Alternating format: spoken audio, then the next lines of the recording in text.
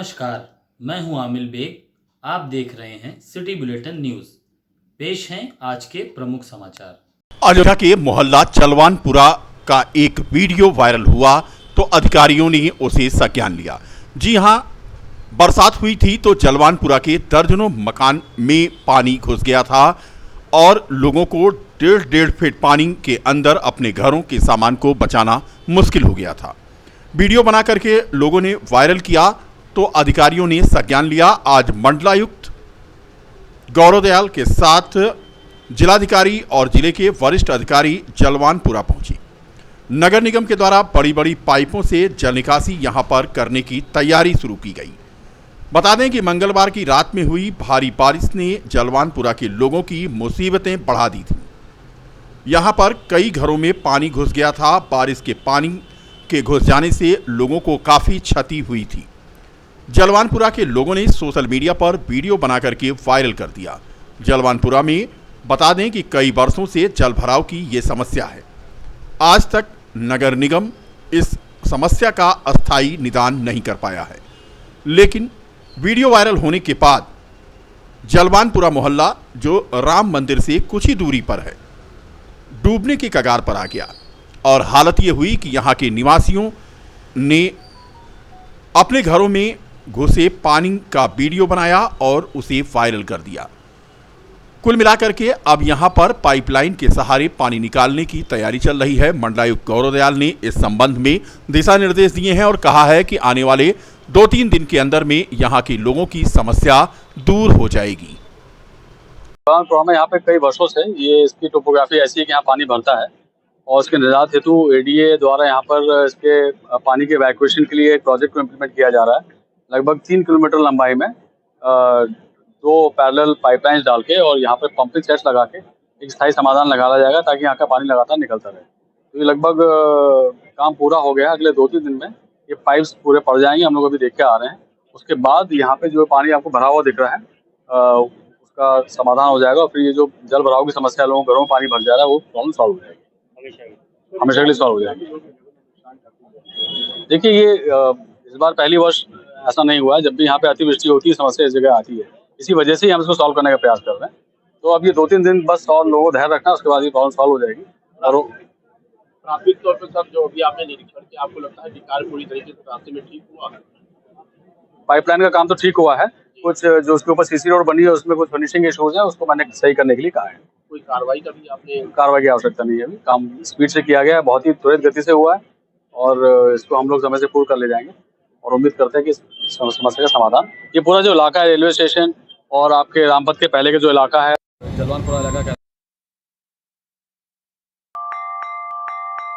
राम जन्मभूमि के gate number 3 के पास एक पेड़ पर आज एक युवक चढ़ गया।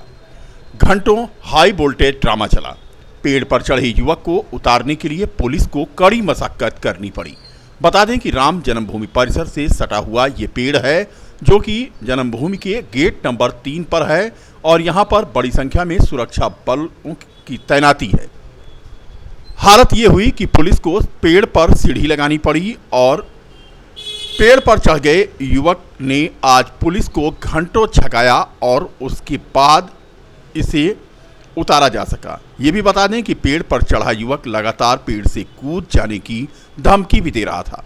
फिलहाल रामलला के वीआईपी गेट नंबर 3 के बगल पेड़ पर चढ़े युवक को उतारा गया और उसके बाद पुलिस उसे अस्पताल ले गई।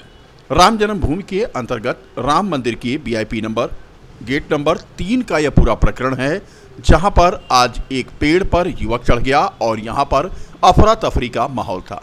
पुलिस ने इस युवक को पानी पिलाया और उसके बाद अपनी जीप में बिठाया और उसे अस्पताल ले गए। श्री राम अस्पताल में भी ये युवक ड्रामेबाजी करता हुआ नजर आया।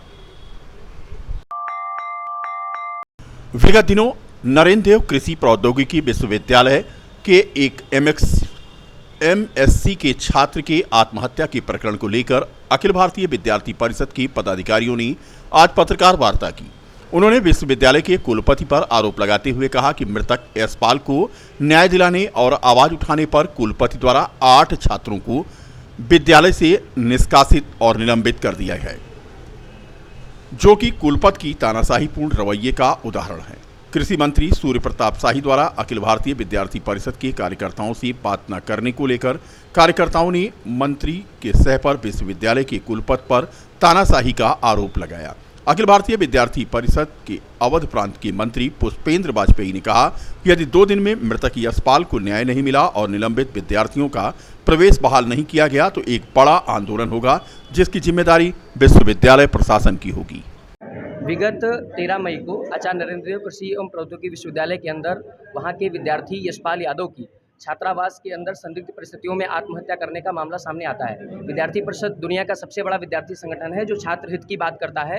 इस पर विद्यार्थी परिषद के कार्यकर्ताओं ने न्याय की गुहार लगाने के लिए यानी मामले की निष्पक्ष जांच हो, दोषियों पर कड़ी कार्रवाई हो, इस पर जब आंदोलन करने का काम किया तो वहां के तानाशाह कुलपति ने जो कृषि मंत्री की सह पर आज वो भ्रष्टाचार के नाम पर उन्होंने उत्तर प्रदेश के अंदर पहला नंबर बनाने का काम किया है। ऐसे कुलपति ने वहाँ के 8 विद्यार्थियों को निलंबित करने का काम किया। आगामी 2 वर्ष तक कहीं प्रवेश न पा सकें ऐसी कठोरतम कार्रवाई करने का काम किया। तो मैं आप मीडिया बंधुओं के माध्यम से सरकार को भी और विश्वविद्यालय प्रशासन को यह पूछना चाहता हूँ, क्या न्याय की गुहार लगाना कोई ऐसी कार्रवाई जिस पर इतनी बड़ी कठोर सजा विश्वविद्यालय प्रशासन को देनी चाहिए थी? क्या न्याय की गुहार लगाना इतनी धृष्टता की बात है कि विश्वविद्यालय प्रशासन ने आगामी 2 वर्ष तक वह कहीं प्रवेश न ले सके, इतनी बड़ी कठोर कार्रवाई करने का काम किया? इसको लेकर अखिल भारतीय विद्यार्थी परिषद आंदोलित है। विद्यार्थी परिषद के कार्यकर्ता पूरे प्रदेश भर में आंदोलित हैं। विद्यार्थी परिषद इस आंदोलन को चरणबद्ध तरीके से करने का काम कर रही है। जब तक 8 निलंबित विद्यार्थियों का निष्कासन रद्द नहीं होता है तब तक यह आंदोलन जारी रहेगा। और हम आपके माध्यम से विश्वविद्यालय प्रशासन को आगाह करना चाहते हैं कि आगामी 2 दिनों के अंदर अगर वह छात्र के भविष्य के साथ खिलवाड़ करने का काम बंद नहीं करेंगे और अगर आगामी 2 दिन के अंदअंदर उन्होंने निलंबन को निरस्त नहीं किया तो विद्यार्थी परिषद विश्वविद्यालय का घेराव करेगी। विश्वविद्यालय के अंदर कुलपति को शांति के साथ बैठने नहीं देगी। एसी कमरे के अंदर उनको जिस तरीके से वो पूरे विश्वविद्यालय के अंदर आडंबर का माहौल बनाए रखें उसको करने का काम हम लोग नहीं करने देंगे। पुष्पेंद्र वाजपेयी, प्रदेश मंत्री। फैजाबाद लोकसभा सीट से चुनाव लड़ चुके और पूर्व आईपीएस अरविंद सेन ने आज बीकापुर में खजुराहट मिल्कीपुर मार्ग पर बड़प्रतिष्ठित श्री साईं रेस्टोरेंट का उद्घाटन किया। उन्होंने उद्घाटन के बाद कहा कि खजुराहट से मिल्कीपुर मार्ग पर इस तरह के प्रतिष्ठानों की स्थापना न केवल यात्रियों के लिए सुविधाजनक होगा बल्कि क्षेत्र के विकास के लिए भी कारगर साबित होगा। उद्घाटन समारोह में मुख्य रूप से संस्था के प्रोपराइटर सूर्यभान यादव, शिक्षक नेता संजय उपाध्याय, जिला पंचायत सदस्य अतुल यादव, मोहम्मद मुस्लिम शेख, मुकुल आनंद, उत्तम शर्मा आदि मौजूद रहे। पिंटू प्रधान जी ने श्री साईं प्रेम रेस्टोरेंट के उद्घाटन हुआ है इनके रेस्टोरेंट का, जो मिल्कीपुर खजुराहट रोड पर स्थित है। इस रेस्टोरेंट में शाकाहारी व्यवस्था, आवासीय व्यवस्था, बर्थडे पार्टी, डायरी सेरेमनी और छोटी मोटी पार्टियों के लिए यहाँ आयोजन लोग कर सकते हैं।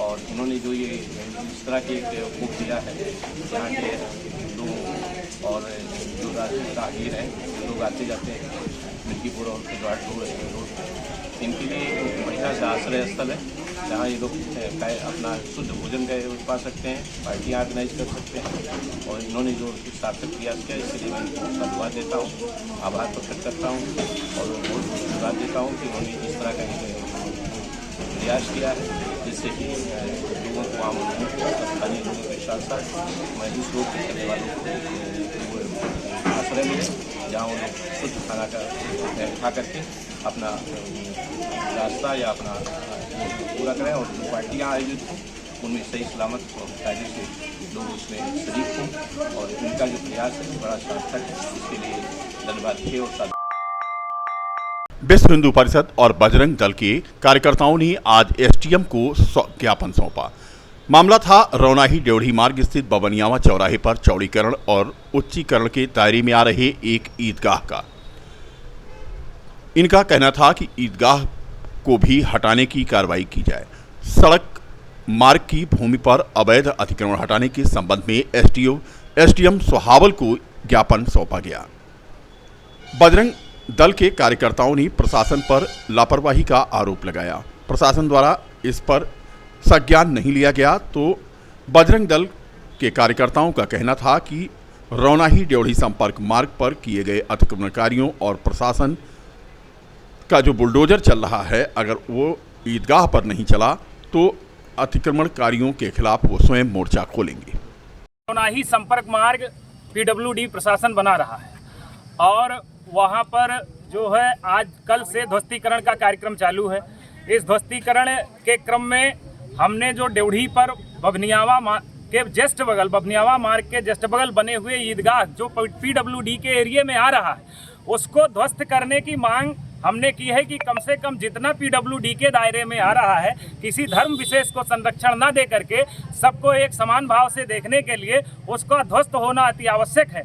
इसलिए हम सभी लोग बजरंग दल के व अन्य हिंदू जनमानस सभी लोग यहाँ पर इकट्ठे हुए हैं और प्रशासन से अपनी मांग हमने इस तरीके से रखी है और कम से कम इसके लिए हम 1 साल से प्रशासन राजस्व प्रशासन से डीएम साहब से आईजी साहब से या अन्य पदाधिकारियों से निवेदन करते चले आए हैं और ये निवेदन और सब्र का समय अब समाप्त हो गया है।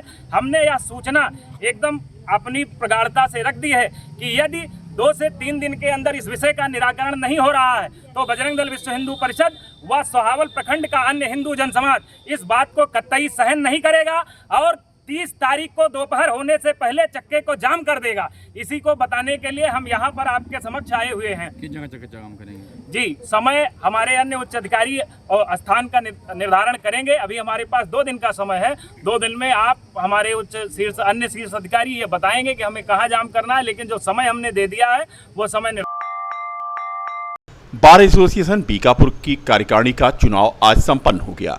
अध्यक्ष पद पर बैजनाथ तिवारी 77 मत पाकर विजयी घोषित हुए। उन्होंने अपने निकटतम प्रतिद्वंद्वी अवधराम यादव को 33 मतों से पराजित किया। मंत्री पद के लिए अमरनाथ दुबे 76 मत पाकर विजयी घोषित हुए। उन्होंने भी अपने निकटतम प्रतिद्वंद्वी देवी दयाल मिश्रा को 35 वोटों से हराया। इससे पहले उपाध्यक्ष सहित अन्य पदों पर निर्विरोध निर्वाचन हुआ। 24-25 के लिए बीकापुर बार एसोसिएशन का अध्यक्ष पद का निर्वाचित अध्यक्ष हुआ हूँ और मैं सभी सम्मानित अधिवक्ता बंधुओं को मत देने के लिए धन्यवाद ज्ञापित करता हूँ और पूरे सबको मिला के कार्य करने के लिए पूरा प्रतिबद्ध हूँ और एक साथ रह करके कार्य करूँगा। कहीं कोई दिक्कत नहीं आने पाएगी। सब अधिवक्ताओं के सम्मान की पूरी रक्षा करूंगा और इस ढंग से सुचारू रूप से कार्य करने में पूरा सहयोग प्रदान करूंगा। आज हमारे यहाँ जो भी निर्वाचन की कार्यवाही हुई जो शांतिपूर्ण ढंग से संपन्न हुई, जिसमें हमारे अध्यक्ष महोदय का पूर्ण रूप से सहयोग रहा, जिनके तहत सारी कार्यवाहियाँ संपन्न हुई, जिसमें किसी भी प्रकार की कोई असुविधा नहीं उत्पन्न हुई और मैं सभी सम्मानित अधिवक्ता बंधुओं को पूर्ण दोबारा धन्यवाद ज्ञापित करता हूं ताकि सबका। बीकापुर बार एसोसिएशन के लोहिया सभागार में सभी सम्मानित मतदाताओं ने अपने अपने मताधिकार का प्रयोग किया, जिसमें बीकापुर बार एसोसिएशन में 121 अधिवक्ता हमारे रजिस्टर्ड हैं। सभी का मतदान संपन्न हुआ है। इस मतदान में अध्यक्ष पद पर श्री बैजनाथ तिवारी जी विजयी घोषित किए गए हैं, जिन्हें 77 मत प्राप्त हुआ है और निकटतम प्रतिद्वंदी मिस्टर श्री अवधराम यादव जी, जिन्हें 44 मत प्राप्त हुआ है, वो 33 मतों से चुनाव हार गए। इसी तरह से मंत्री पद के लिए हुए चुनाव में श्री अमरनाथ दुबे जी ने 76 मत प्राप्त किया है और निकटतम प्रतिद्वंदी इनके श्री देवी दयाल मिश्र जी को 43 मत प्राप्त हुआ है। 2 मत हमारे यहाँ अवैध घोषित हुए हैं। इस तरह से 33 मतों से इन्होंने श्री देवी दयाल मिश्र जी को चुनाव में पराजित किया है।